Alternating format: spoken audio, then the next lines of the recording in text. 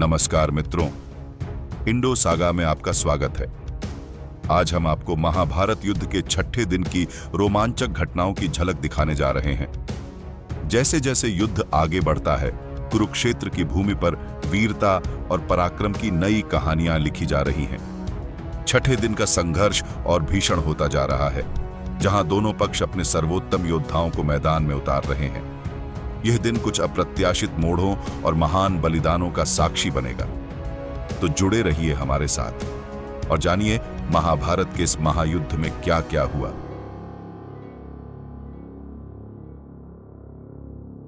आइए जानते हैं महाभारत युद्ध के छठे दिन की व्यूह रचना के बारे में। धृष्टद्युम्न ने मकर व्यूह की रचना की। इसमें द्रुपद और अर्जुन सिर पर, सहदेव और नकुल आंखों पर, भीम चोंच में, सुभद्रा पुत्र द्रौपदी के पुत्र घटोत्कच सात्यकी और युधिष्ठिर गर्दन में, विराट पीठ में, केकय बंधु बाएं पंख में, धृष्टकेतु और चेकितान दाएं पंख में, कुंती भोज और शतानिक पैर में और शिखंडी और इरावण पूंछ में थे। इसके जवाब में देवव्रत ने अपनी सेना को सारस व्यूह में सजाया। इसमें द्रोण चोंच में, अश्वत्थामा और कृपाचार्य आंखों में, कृतवर्मा सिर में, शूरसेन और दुर्योधन गर्दन में, प्राग्ज्योतिष का शासक और अन्य राजा वक्ष में, सुशर्मण बाएं पंख में, तुषार, यवन और शक दाएं पंख में, और श्रुतायुष, सतायतिश और सोमदत्त के पुत्र पीछे थे। जैसे ही सूरज की पहली किरणें आकाश में फैलने लगीं, पांडवों ने युद्ध के लिए कौरवों के खिलाफ आगे बढ़ने का संकल्प लिया। सूरज उग चुका था और युद्ध के बिगुल बजने लगे थे। हाथी हाथियों से भिड़ने लगे, घुड़सवार घुड़सवारों से टकराने लगे और महारथी अपने अपने रथों के साथ एक दूसरे पर टूट पड़े। युद्ध भूमि में हर दिशा से योद्धाओं के शोर गूंजने लगे। सभी योद्धा क्रोध से भरे हुए एक दूसरे के खिलाफ अपने शस्त्रों के साथ युद्ध करने लगे। पांडव सेना भीमसेन, अर्जुन और नकुल सहदेव द्वारा संरक्षित थी, जो सितारों से सजी रात की तरह सुंदर और भव्य दिख रही थी। पांडवों की सेना में जोश और उमंग भरा हुआ था और हर योद्धा अपने धर्म और सत्य की रक्षा के लिए तत्पर था। दूसरी ओर धृतराष्ट्र की सेना भी कम नहीं थी। भीष्म, कृपाचार्य, द्रोण, शल्य और दुर्योधन जैसे महान योद्धाओं के नेतृत्व में कौरव सेना भी आकाश में चमकते ग्रहों की तरह जगमगा रही थी। उनके चेहरे पर विजय की दृढ़ता और शक्ति का तेज था। हर योद्धा अपने कर्तव्य और सम्मान की रक्षा के लिए युद्ध भूमि में उतर चुका था। युद्ध के मैदान में हर ओर तलवारों की टंकार और वीरों की हुंकार गूंज रही थी। दोनों सेनाएं अपने अपने वीरों के साथ एक दूसरे पर प्रहार कर रही थीं और इस भयंकर संघर्ष ने महाभारत के इस युद्ध को एक अद्वितीय गौरव और महत्ता प्रदान की। भीमसेन, कुंती के पुत्र, जब द्रोण को युद्ध के मैदान में देखते हैं तो उनके भीतर क्रोध की ज्वाला जल उठती है और वह तेजी से उनके खिलाफ बढ़ते हैं। द्रोण, जो क्रोध और महान ऊर्जा से युक्त हैं, भीम को 9 दिव्यास्त्रों से निशाना बनाते हैं, जिनका उद्देश्य उनके महत्वपूर्ण अंगों को भेदना होता है। भीम गहरे घायल होने के बाद द्रोण के रथ के सारथी को यमलोक भेज देते हैं। इसके बाद द्रोण अपने घोड़ों को नियंत्रित करते हुए पांडव सेना पर भीषण आक्रमण करते हैं। उनके इस हमले से श्रींजय और केकय योद्धा भागने लगते हैं। दूसरी ओर कौरव सेना भी भीम और अर्जुन के हमले से विचलित हो जाती है। दोनों सेनाओं में भयंकर संघर्ष होता है और सभी योद्धा अपने जीवन की परवाह किए बिना युद्ध करते हैं। युद्ध भूमि में तलवारों की टंकार और युद्ध के नारों की गूंज हर दिशा में सुनाई देती है। वीर भीमसेन अपने तीखे तीरों से धृतराष्ट्र की विशाल सेना को तोड़ते हुए दुर्योधन के सभी छोटे भाइयों पर टूट पड़ते हैं। वह दुशासन, दुर्विशाह, दुष्सह, दुर्मद, जया, जयसेन, विकर्ण, चित्रसेन, सुदर्शन, चारुचित्र, सुवर्मन और दुष्कर्ण को देखकर अपने क्रोध से भर उठते हैं और कौरव सेना के मध्य में प्रवेश करते हैं। भीम सूर्य की तरह चमकते हैं, चारों ओर से बुरे ग्रहों से घिरे हुए, जैसे सर्वनाश के समय। पांडु का पुत्र धृतराष्ट्र की सेना के बीच में है, लेकिन उसके दिल में डर नहीं है, जैसे इंद्र का दिल दानवों से घिरे होने पर नहीं घबराया था। तब उन सभी योद्धाओं ने कहा, हे राजाओं, इस व्यक्ति का जीवन समाप्त कर दें। पांडु का पुत्र अपने चचेरे भाइयों द्वारा घिर जाता है, जो दृढ़ संकल्पित होते हैं। भीम उन सभी पर अकेले ही भारी पड़ते हैं हजारों महारथी सभी हथियारों से लैस होकर भीम पर तीरों की वर्षा करते हैं। लेकिन वीर भीम धृतराष्ट्र के पुत्रों की परवाह न करते हुए कई प्रमुख योद्धाओं को मार गिराते हैं।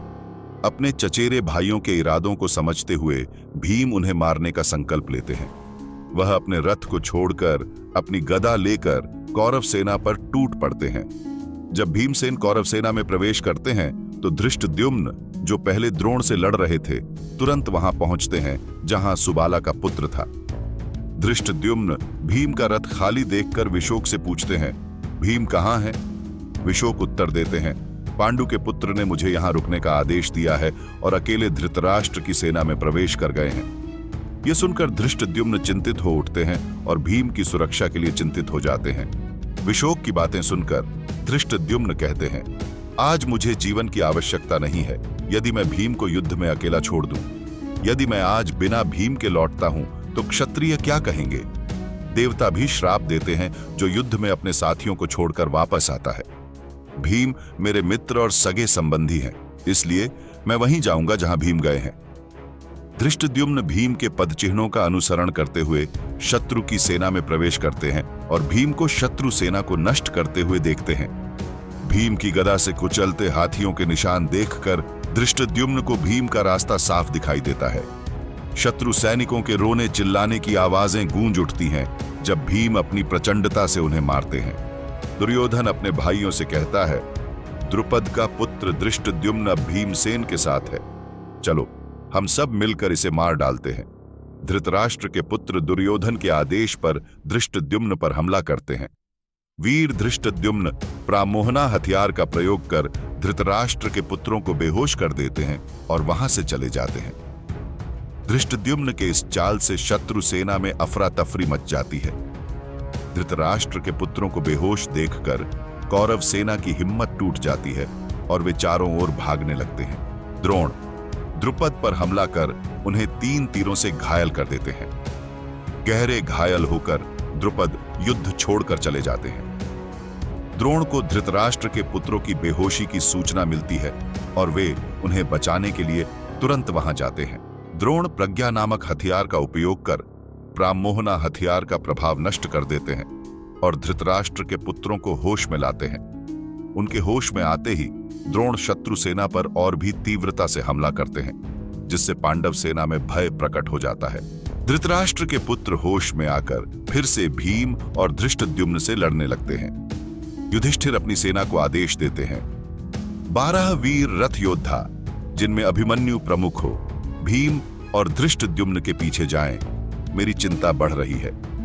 युधिष्ठिर के आदेश पर वे सभी वीर आगे बढ़ते हैं। कौरव सेना भीमसेन के भय और धृष्टद्युम्न के प्रभाव से डरकर उनका सामना नहीं कर पाती है और बिना प्रतिरोध के भागने लगती है। पांडव सेना की वीरता देखकर युधिष्ठिर की चिंता कुछ कम होती है, लेकिन वह अभी भी अपने भाइयों की सुरक्षा को लेकर चिंतित रहते हैं। अभिमन्यु और भीम कौरव सेना को मारते हुए आगे बढ़ते हैं। धृष्टद्युम्न ने द्रोण को अपनी ओर आते देखा और धृतराष्ट्र के पुत्रों को मारने का इरादा त्याग दिया। भीम को कैकेयों के राजा के रथ पर चढ़ाकर धृष्टद्युम्न ने द्रोण पर हमला किया। द्रोण ने अपने क्रोध में धृष्टद्युम्न का धनुष काट दिया और उन्हें तीरों से मारने लगे। धृष्टद्युम्न ने दूसरा धनुष उठाकर द्रोण पर 70 तीर मारे, लेकिन द्रोण ने फिर से उनका धनुष काट दिया और उनके घोड़ों और सारथी को मार डाला। धृष्टद्युम्न फिर भी हिम्मत नहीं हारते और अभिमन्यु के रथ पर चढ़कर द्रोण का सामना करते हैं। द्रोण ने अपने आक्रमण से पांडव सेना को भयभीत कर दिया, जिससे वे भागने लगते हैं। धृतराष्ट्र की सेना ने द्रोण की प्रशंसा करते हुए जोरदार नारे लगाए। धृष्टद्युम्न अभिमन्यु के साथ मिलकर द्रोण के हमलों का सामना करते हैं। पांडव सेना की स्थिति सुधारने की कोशिश में धृष्टद्युम्न और अभिमन्यु मिलकर कई शत्रुओं को मार गिराते हैं। सूरज जब लाल हो गया तब दुर्योधन भीम से लड़ने के लिए तेजी से बढ़ा। भीम ने क्रोध में भरकर कहा, आज वह घड़ी आ गई है जिसका मैं वर्षों से इंतजार कर रहा था। आज मैं तुम्हें मार दूंगा। तुम्हें मारकर मैं द्रौपदी के दुखों को दूर कर दूंगा।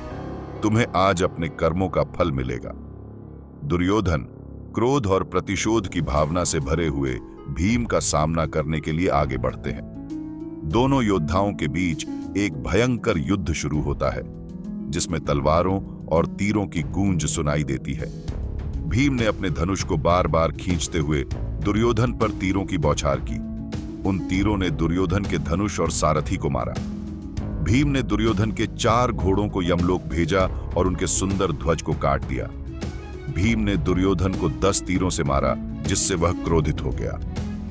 दुर्योधन अपने भाइयों के साथ मिलकर भीम का सामना करने की कोशिश करता है, लेकिन भीम अपने अद्वितीय बल और कौशल से उन सभी को मात देता है। महाभारत युद्ध के 6ठे दिन जयद्रथ ने भीम को मारने के लिए हजारों रथों से उसे घेर लिया। अभिमन्यु और धृष्टकेतु ने धृतराष्ट्र के पुत्रों का सामना किया। अभिमन्यु ने सभी धृतराष्ट्र के पुत्रों को घायल कर दिया, जिससे वे डर गए और भागने लगे। अभिमन्यु की वीरता और धृष्टद्युम्न के साहस ने पांडव सेना को प्रेरित किया और वे दुश्मनों का सामना करने के लिए और भी उत्साहित हो गए। इसके बाद कौरव भाइयों में से एक दुर्मुख ने अर्जुन और द्रौपदी के पुत्र श्रुतकर्मण को तीरों से घायल किया और उनके रथ के ध्वज को काट दिया। श्रुतकर्मण ने क्रोध में आकर दुर्मुख पर एक प्रज्वलित बाण चलाया, जिसने दुर्मुख के कवच को भेद दिया।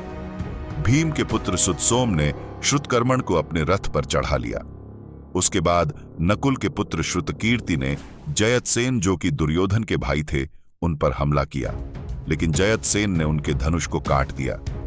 फिर सहदेव के पुत्र शतानीक ने अपने भाई का बदला लेने के लिए जयतसेन को तीरों से प्रहार किया और उसे घायल कर दिया।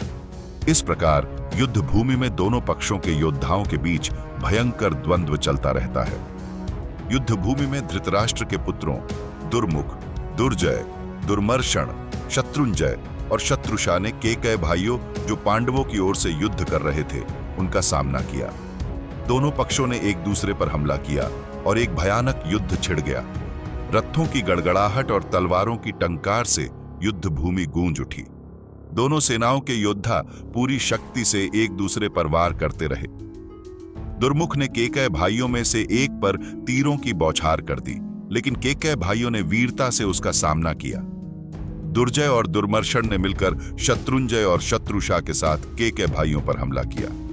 केकय भाइयों ने अपनी तलवारों और तीरों से कौरवों का मुकाबला किया। वीर योद्धाओं के गिरते और कटते शरीरों से युद्ध भूमि ढकी हुई थी। रथों के टकराने और हाथियों के चिंघाड़ने की आवाजें गूंज रही थीं। योद्धा अपनी पूरी शक्ति से युद्ध कर रहे थे और हर दिशा में युद्ध का कोलाहल फैला हुआ था। इस संघर्ष में दुर्मुख ने केकय भाइयों में से एक को घेरकर हमला किया, लेकिन केकय भाइयों ने भी वीरता से उसका सामना किया। दुर्मर्षण और शत्रुंजय ने मिलकर केकय भाइयों पर भारी वार किए, लेकिन वे अपने साहस और युद्ध कौशल से हर वार को नाकाम करते रहे। इस भयंकर युद्ध ने दोनों पक्षों के योद्धाओं को उनकी वीरता और साहस का प्रदर्शन करने का अवसर दिया और दोनों सेनाओं ने अपनी पूरी शक्ति से एक दूसरे का मुकाबला किया। यह युद्ध महाभारत के युद्ध में एक महत्वपूर्ण अध्याय बन गया, जिसमें दोनों पक्षों के योद्धाओं ने अद्वितीय वीरता और युद्ध कौशल का प्रदर्शन किया। महाभारत के युद्ध के 6ठे दिन का समापन एक भयानक और विनाशकारी संघर्ष के साथ हुआ। दोनों सेनाओं ने अपनी पूरी शक्ति और साहस का प्रदर्शन किया, लेकिन अंततः दिन के अंत में कौन सी सेना का पलड़ा भारी रहा, यह स्पष्ट नहीं हो सका।